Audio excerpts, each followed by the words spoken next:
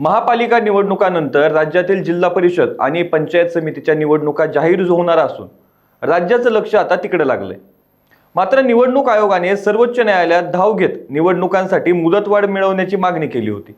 अखेर राज्य निवडणूक आयोगाला सुप्रीम कोर्टाकडून दिलासा मिळाला असून जिल्हा परिषद निवडणुकांसाठी 2 आठवड्यांची मुदतवाढ मंजूर करण्यात आली आहे।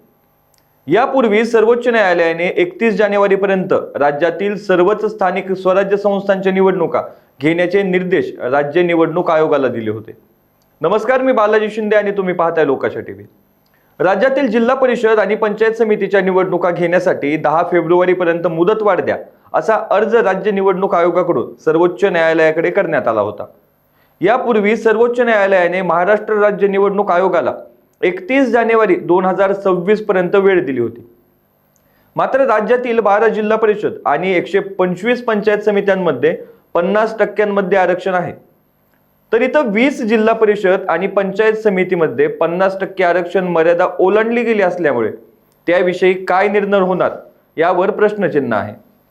दरम्यान यावर म्हणजेच आज 12 जानेवारी रोजी सर्वोच्च न्यायालयात सुनावणी झाली।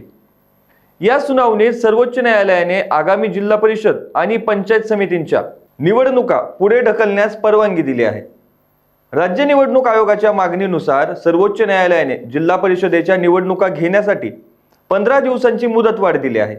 त्यामुळे आता 15 फेब्रुवारी 2026 पर्यंत निवडणुका पूर्ण करण्याचे निर्देश कोर्टाने राज्य निवडणूक आयोगाला दिलेत। अशाच ताज्या अपडेटसाठी लोकांच्या टीव्हीला सबस्क्राईब करा आणि लाईक करायला विसरू नका।